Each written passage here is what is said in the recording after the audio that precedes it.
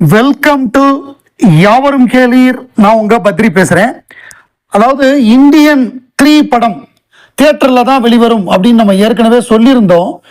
வலைப்பேச்சு மாதிரியான சில ஆட்கள் வந்து கிளப்பி விட்டதை வச்சு எல்லாரும் இந்தியன் 3 வந்து டைரக்ட் ஓடிடி அப்படின்னு சொல்லி ஆளாளுக்கு இவங்களா ஒரு தேதி, இவங்களா ஒரு எடிட்டிங் டிசைன் பண்ணி இவங்களா ஜனவரி 10ஆம் தேதி ஓடிடியில் வருது, நெட்ஃப்ளிக்ஸில் வருதுன்னு இவங்களா பயங்கரமாக போட்டு விட்டாங்க. தவிரவும் சங்கர் மாதிரியான ஒரு லெஜெண்டரி டைரக்டர், தமிழ் சினிமாவில் வந்து ஒரு மிகப்பெரிய ட்ரெண்ட் செட்டரான ஒரு டைரக்டர் சங்கர், அவர் திரும்ப ஜெயிக்கணும். அதாவது அந்த படத்தை வந்து அதிகப்படியான ட்ரோல் பண்ணிட்டாங்க. அதாவது இது எப்படின்னா, அந்த படம் வந்து அவ்வளவு மோசமான படம் கிடையாது. அந்த படத்தில் சொல்லப்பட்ட கருத்து நல்ல கருத்து. அதாவது முதல்ல வந்து நம்ம வீடு சுத்தமானாதான் நாடு சுத்தமாகும். சிஸ்டம் சரியில்லை அப்படின்னு சொல்லிட்டு நம்ம தப்பு பண்ணிட்டு இருந்தோம்னா நாட்டை சுத்தப்படுத்த முடியாது. நீ திருந்து, நாடு தன்னால திருந்தோம் அப்படிங்கிற கருத்தை சொல்லும் பொழுது சில காட்சிகள் வந்து சரியா அமைக்கப்படாதனால, ஏன்னா இந்த படம் வந்து கிடப்புல போடப்பட்டு 5 வருஷம் 6 வருஷம் கழிச்சு வெளில வந்தது. ஸோ அதில் அந்தந்த காலகட்டத்தில் எடுத்தது வந்து 6 வருஷம் கழிச்சு பார்க்குறப்ப கொஞ்சம் அவுடேட்டடாக இருந்திருக்கு. சில விஷயங்கள் அப்படி போனது ரைட்டு. பட் இன்னொரு பெரிய பிரச்சனை என்ன நான் நினைக்கிறேன்னா, கமலஹாசன் 2 கெட்டப்பில் 2 கேரக்டர் பண்ணுறாருன்னா, அதாவது ஒரு ப்ராஸ்தட்டிக் மேக்கப் போடுறாருன்னா இன்னொரு கமல் வந்து நமக்கு கமலா தெரியும். ரெண்டுமே வந்து கெட்டப், அதாவது ஒன்னு வந்து கெட்டப் ப்ராஸ்தட்டிக் மேக்கப், இன்னொரு வந்து நார்மல் கமல். இப்ப இந்தியன்ல வந்து ஒரு சந்துரு கமல், ஒரு இந்தியன் தாத்தா, 2 பேரும் இருப்பாங்க. இந்தியன் தாத்தாக்கு ஒரு பிளாஷ்பேக் இருக்கும், அதுல வந்து நார்மல் கமலா இருப்பாரு. சந்துரு வந்து ஃபுல்லா நார்மல் கமலா இருப்பாரு. தசாவதாரம் படம் எடுத்துக்கிட்டோம்னா அதுல ஒரு கேரக்டர் வந்து படம் ஃபுல்லா நார்மலா அவரும் அசீனும் சேர்ந்து வருவாங்க படம் ஃபுல்லா. மற்றதெல்லாம் கெட்டப் சேஞ்சா இருந்தா கூட நமக்கு எடுத்தோன்னே வர ரங்கராஜ நம்பி நார்மல் கமலா தான் இருப்பாரு. இந்த மாதிரி பல படங்கள் சொல்லலாம். கடல் மீன்கள் எடுத்துக்கிட்டீங்கன்னா டபுள் ஆக்ட்ல ஒரு ஆக்ட் எங்க இருக்கும், அது நார்மல் கமல். இப்போ கைதியின் டைரி எடுத்துக்கிட்டீங்கன்னா அதுல வந்து ஒருத்தர் ஓல்டு, இன்னொருத்தர் நார்மல். இதுல வந்து ஆள்மாறாட்டம் பண்ற மாதிரியான கதைகள்ல எல்லாமே நார்மல் கமலா தான் இருக்கும். அது வந்து நம்ம இதுவா இருக்கட்டும், வருது விலகு தூங்காதை தம்பி தூங்காதையா இருக்கட்டும், மைக்கேல் மதன காமராஜனா இருக்கட்டும், நமக்கு தேவை ஒரு நார்மல் கமலை பார்க்கணும். ரெண்டுமே இப்ப இதுல பாருங்க, ப்ராஸ்தட்டிக் மேக்கப்ல போட்டு படம் ஃபுல்லா ஒரு கமல் தான் இருப்பாரு. அது வந்து கமல்னே நமக்கு தெரியாது. அந்த மேக்கப்பும் பேடா இருந்தது பல இடங்கள்ல. அதாவது இந்தியன் பார்ட் 1ல இருந்த நேர்த்தி பார்ட் 2ல இல்ல. ஒவ்வொரு இடத்துலயும் ஒவ்வொரு மாதிரி இருந்தது. அது ஏஜ் காரணமா இருக்கலாம். பட் இருந்தாலும் நம்ம படமா பார்க்கிறப்ப அது வந்து கொஞ்சம் துருத்திட்டு இருந்தது.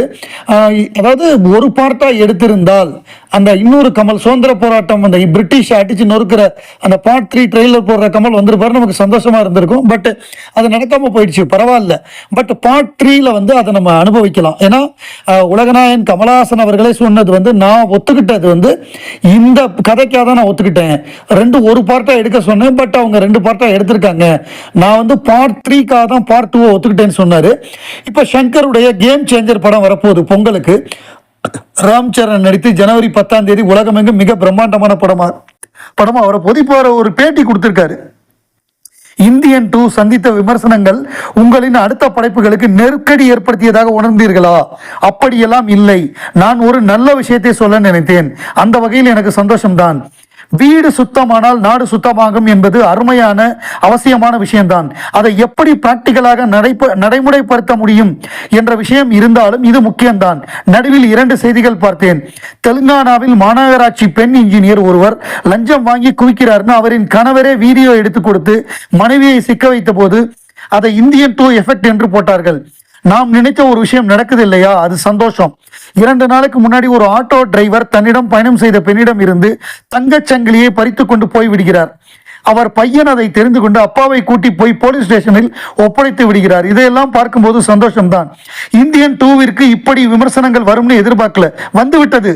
சரி, அடுத்த வேலையை சிறப்பாக செய்வோம் என்று பார்த்து கொண்டிருக்கிறேன். இந்தியன் 3 எப்போது வரும்? ஓடிடியில் வரப்போவதாக சொல்கிறார்களே. இந்தியன் கேம் சேஞ்சர் வேலைகளை முடித்துவிட்டு அதுக்கான வேலைகளை ஆரம்பிக்கணும். இந்தியன் 3 தியேட்டரில் தான் வரும் அப்படின்னு உறுதியாக நம்முடைய பிரம்மாண்ட இயக்குனர் சங்கர் சொன்னாரு. சங்கர் மாதிரியான ஒரு லெஜெண்டரி டைரக்டர், ஜென்டில்மேன், காதலன், இந்தியன், முதல்வன் மாதிரியான, அந்நியன் மாதிரியான படங்களை எடுத்தவர். அவர் நிச்சயமாக ஜெயிப்பார். அந்த மாதிரியான ஒரு கலைஞன் தோக்கக்கூடாது, அவர் நிச்சயமா ஜெயிப்பார். அதுக்கு கேம் சேஞ்சர்லேருந்து அடுத்த வருடம் அவருக்கு வந்து வெற்றி வருடமாக இருக்கும். இந்த வருடங்கள் நெகட்டிவான விமர்சனங்களை சந்திச்சாலும் அந்த படம் நம்ம ஏற்கனவே நான் சொல்லியிருந்தேன், நெட்ஃபிளிக்ஸில் வந்து 6.8 மில்லியன் வியூஸ் ஆயிருக்கு அந்த படம். அதாவது ஒரு எல்லாரும் ட்ரோல் பண்ண படம் 160 கோடிக்கு மேலே தேட்டரில் கலெக்ட் பண்ணியிருக்கு. ஸோ அப்படி இருக்கும் பொழுது இந்த முறை நமக்கு தான் வருஷம். நிச்சயமாக சங்கர் வந்து இந்த வருடம், அதாவது இந்த வருடங்கிறது நான் சொல்றது 2025 நிச்சயமாக அவர் ஜெயிப்பார். அவர் ஜெயிப்பதற்கு நம்முடைய வாழ்த்துக்கள். இயக்குனர், பிரம்மாண்ட இயக்குனர் சங்கர் ஆனந்த விகடனுக்கு பேட்டி கொடுத்திருக்காரு. அதுல வந்து அவர் வேல்பாரி பண்ண போறேங்கிறத சொல்லியிருக்காரு. அதாவது வேல்பாரி திரைக்கதையை எழுதி முடித்தாகிவிட்டது. நடிகர்கள் திடகாத்திரமாக, வீரர்கள் மாதிரி கம்பீரமா இருக்கணும். பெரிய பட்ஜெட்டை தாங்கக்கூடிய நடிகர்கள் வேண்டும். இப்போது யாராவது பில்ட் ஆட்களின் புகைப்படங்களை பார்த்தால், வெல் பில்ட்னா நல்லா உடம்பு முறுக்கேறிய உடம்போட கும்முன்னு ஆட்களின் புகைப்படங்களை பார்த்தா அப்படியே விவரம் சேகரித்து பாரி ஃபோல்டரில் போட்டுட்டு வருகிறேன், எல்லாம் இறுதியான உங்களுக்கு சொல்றேன்ட்டாரு. ஸோ நிச்சயமாக அவர் வேல்பாரி பண்ண போறாரு. ஆல்ரெடி அது கொரோனா காலத்திலேயே அந்த கதையை ரைட்ஸ் வாங்கி சு வெங்கடேசன், மதுரை கம்யூனிஸ்ட் எம்பி இருக்கார்ல, அவர் தான் அதோட எழுத்தாளர். அதுக்கு சாகித்ய அகாடமி கிடைச்சிது. அதை ரைட்ஸை வாங்கி ஸ்க்ரீன் பிளே பண்ணி வச்சுட்டாரு. ஸோ ஜம்முன்னு படம் பிரமாதமாக பண்ணுவார். அதே மாதிரி நம்ம கேம் சேஞ்சர் படம் வந்து இவரோட கதை கிடையாது. அது வந்து கார்த்திக் சுப்பராஜோட கதை. அதுக்கு சுவாரஸ்யமான ஸ்கிரீன் பிளே பண்ணியிருக்காரு சங்கர்.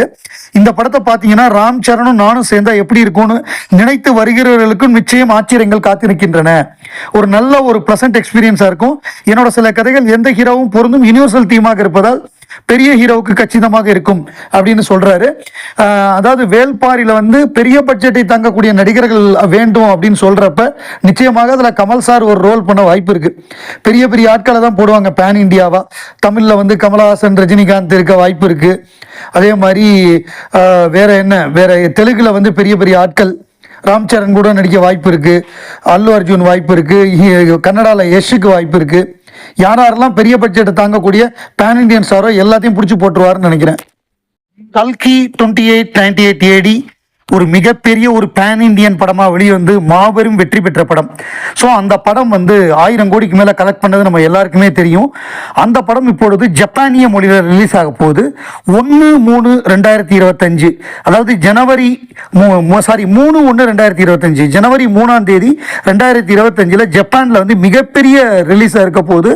அதே மாதிரி அந்த படம் வந்து பிப்ரவரி 2025 அடுத்த பார்ட் ஷூட்டிங் பண்ண போகிறாங்க. அந்த பார்ட் வந்து சுப்ரீம் எஸ்கினுக்கு ஸ்டாண்டலோன் பார்ட், அவருக்கான ஃபுல் பார்ட். அது அடிச்சு நொறுக்க போறாரு அவரு. ஆண்டவருடைய ஆட்டம் அதில் பார்க்கலாம் நம்ம அடுத்த பார்ட்ல.